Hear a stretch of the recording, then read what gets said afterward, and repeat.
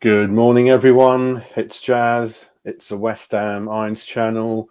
It's Matchday morning show. It's Matchday today, Monday. Some of you probably not sure, getting used to it. We don't have many games on Monday, but this Monday evening, it's going to be West Ham United against Bournemouth. So I hope you had a good weekend. Yeah, time to relax with your family and friends. Get a few DIY things done like I normally do, or one or two other things. For me, obviously, it's a Diwali weekend, so I had some friends around on Saturday. So that was really good get together, lots of fun.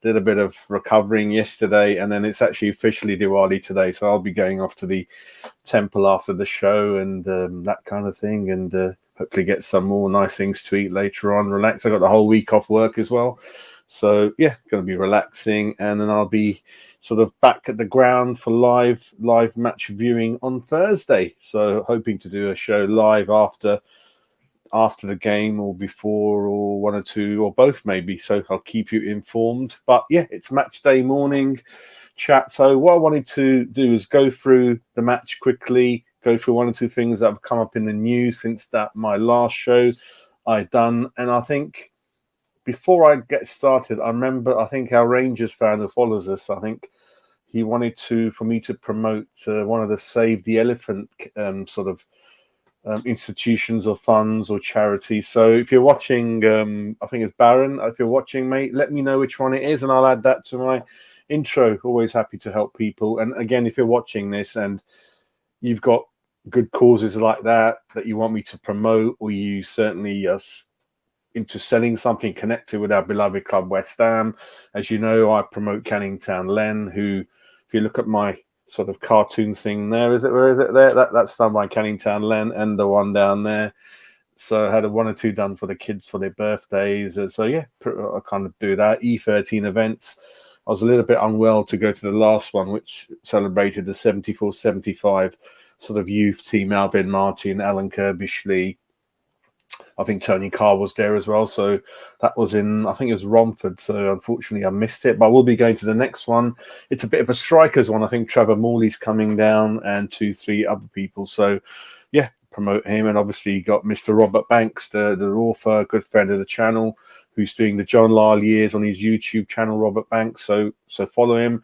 I think he's done one episode on every season in doing the John Lyle era. He's into the 90s now, I think. Is he? Well, not 90s, actually, late 80s, as he moved on to the 90s. So yeah, promote these people. And if you want me to promote anything, let me know, and I'm more than happy to mention it on any of the shows, and certainly, if possible, able to in my intro, really. So yeah, let's get that out of the way.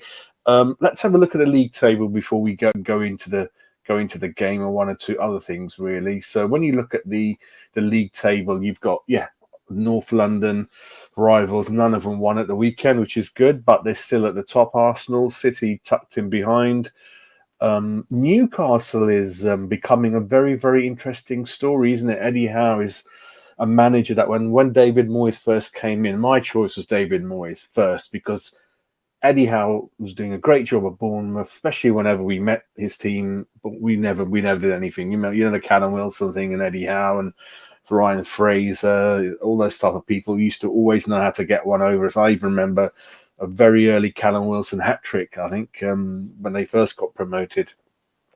So it's very interesting. I wasn't sure about Eddie Howe coming in back then, because I like to see managers perhaps do well for a longer period, or certainly at more than one club. And because of the situation we were in when Pellegrini went, I felt that David Moyes would be the best one coming in, really, and kind of was proved right.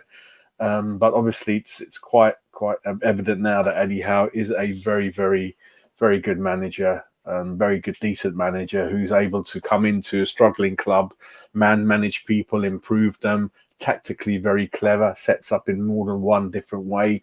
And I know they spent 200 million, but there's much more money in the coffers, Newcastle, and they're sitting 4th or 5th and beating Spurs away. That's no mean feat. That's brilliant. So they're kind of having a very good, very interesting season, playing 4-3-3, and their main striker has yet to be fit and come back. Forgot his name, but I think they signed him from Germany. He plays for Sweden. I think he got 2 goals in 2 games when he came in, including that great volley smash at Liverpool, and he got another one at Liverpool that got chalked off. So yeah, a lot of exciting things are happening at Newcastle. We're sitting fourth from bottom, so it's not looking very pretty again for us, unfortunately. Although, and to be fair, I don't think we got that many games in hand. I mean, half the league has played the same games as we have, so yeah, it's not looking good, and the pressure's on again. And the pressure's on in terms of how we're going to set up. I mean, if I have a quick look at the way Bournemouth kind of have set up, let's have a look at it last game as an example in the derby at Southampton. They were set up 5-3-2, and you can see Fredericks has got back into fitness because he did miss parts of the season. He is injury prone. I don't really rate him. I'm not really worried about him. I know Fredericks has been pretty sort of in the press talking about he's looking forward to catching up with his old friends, including Craswell and Rice. But for me, he was a very, very below average player. Good pace, but didn't know how to use it. Couldn't cross the ball, couldn't tackle, couldn't read the game. Absolutely dreadful. And they picked him up on the 3, and he's largely been, injured, but coming back into the way of things, I think. And I think the manager is the ex-West Ham guy, isn't he, from Millwall? Again, I'm so bad with names, but yeah, he's coming back. He was in that sort of Big Sam season, I think. But Bournemouth, in terms of the league, are kind of just ahead of us. So if we win, we kind of leapfrog them, and we're back into 12th, 13th again, really. So that's kind of what we're looking at in terms of how we should set up and things like that. The other thing I wanted to show you was, let me just go through it quickly again. Let me just close that screen off. Won't be a minute. Let's have a look. Yeah, so basically, Fredericks is coming back, and I don't think we've got anything to worry about. In terms of formation, I think we need to, again, looking at the team news, I think it's come too quick for Cornet. Ben Rama, I believe. So if we're going to stick to the 4-2-3-1, which is safe to say we will, I think that's okay. Crucially for me, I'm hoping Dawson's fit. So you got Dawson and Zuma in the middle. And this is the interesting bit for me, which again, I've mentioned it in one of my shows recently. I was thinking about it this morning, and it was between Kufau and Johnson at right back. And I felt, although I'm not very happy what I've seen so far from Johnson, I think you've just got to give him I know it's bad of me to say it, but I think you've got to finally keep playing him and decide up to the next window what you're going to do with him, right? What we've seen hasn't been good, but he's been played all over the pitch. Perhaps he came back too quick in the Liverpool game.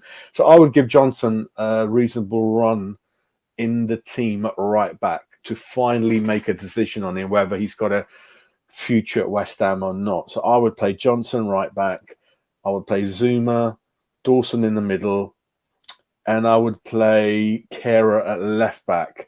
I think what I've seen from Emerson, and we'll come into a bit of news on him, it's already some of the people and some of the West Ham online websites and kind of me half and half, they've kind of recognized that it's a very limited ability player we've signed in the summer.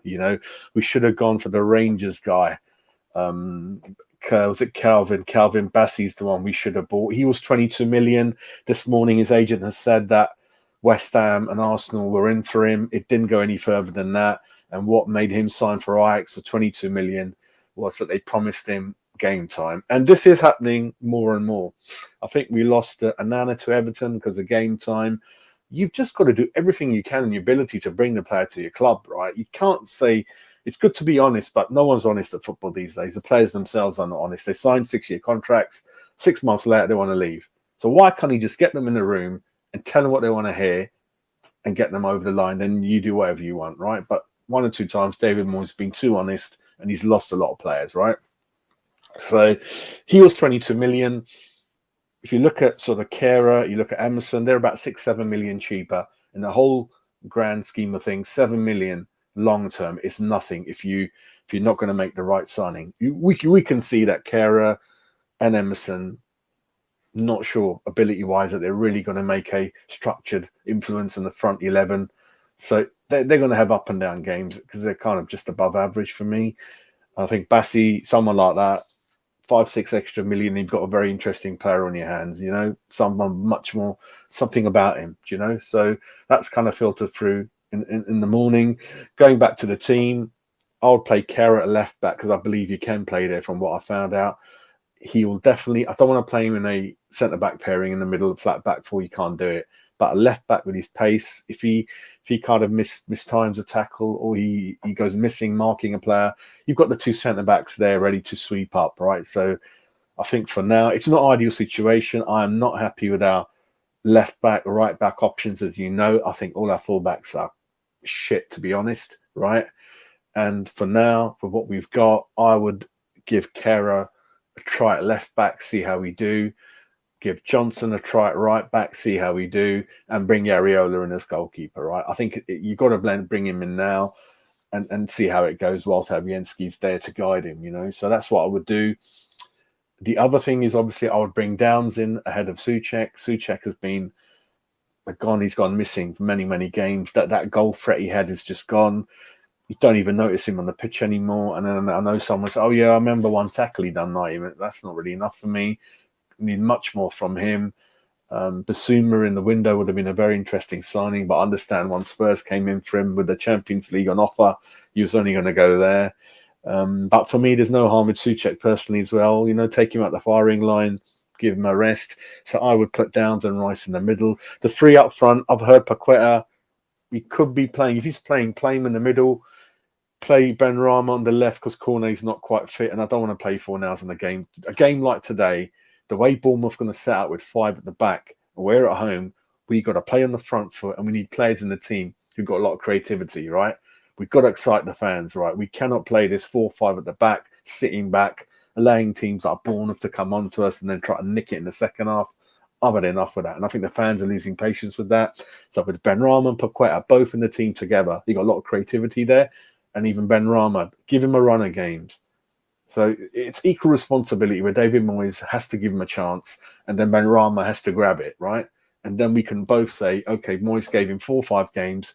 He hasn't done it. And then fair enough, we don't know where his future is. You can't just keep, you know, bring him in and out, a bit like Johnson. But you got to give him 4, 5, 6 games and then we can all sit back and see where we go with these players, right? Because it is critical time for Johnson. It's critical time for Benrahma. Where in the future do they lie? Is it West Ham?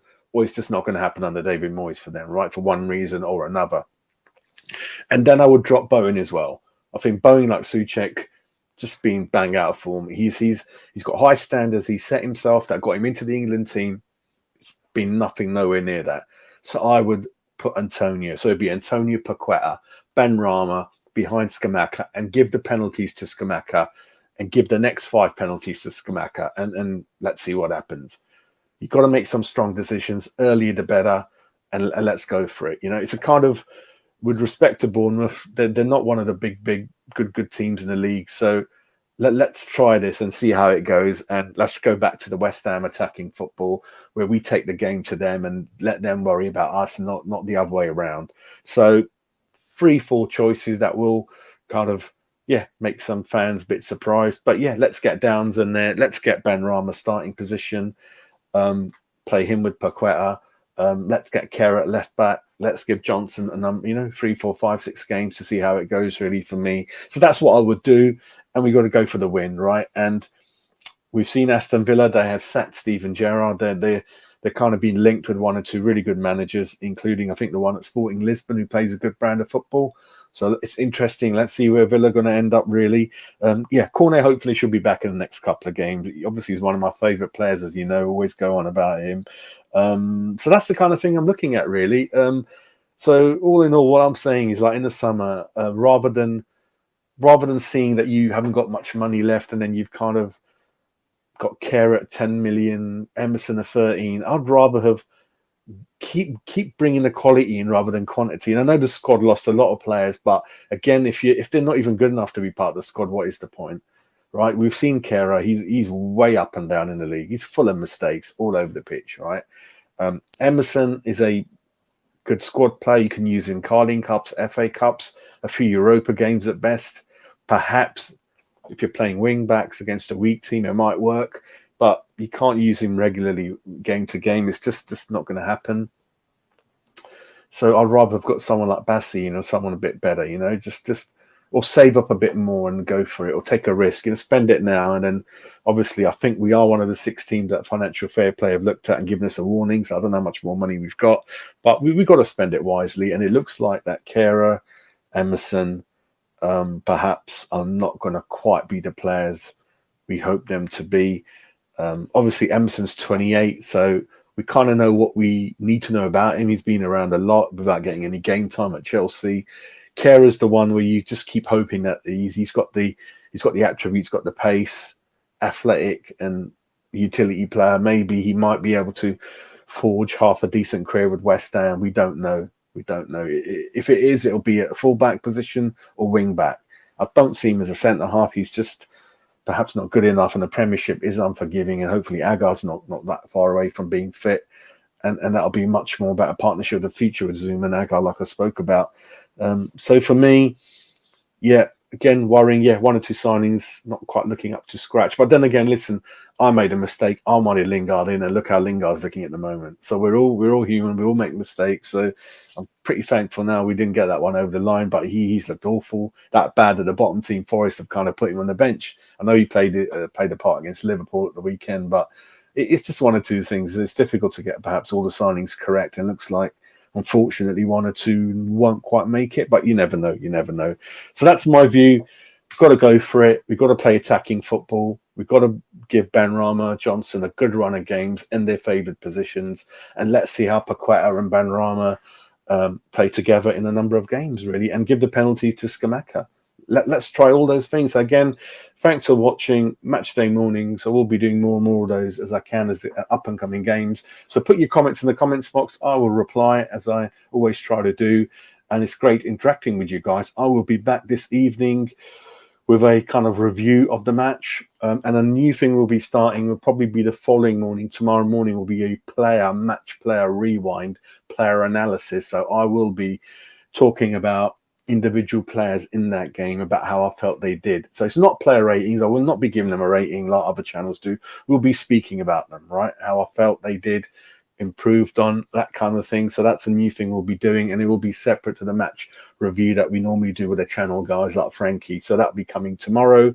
Match review will be straight away tonight after the game, and then the rest of the week, we'll be kind of bringing those regular daily shows back for you, really. So they're going on really well. But all that's left for me to say is kind of happy Diwali from Jazz and his family. Hope you have a great week, great day, and we'll catch up later on this evening, and certainly more shows every day this week, really. So God bless, take care.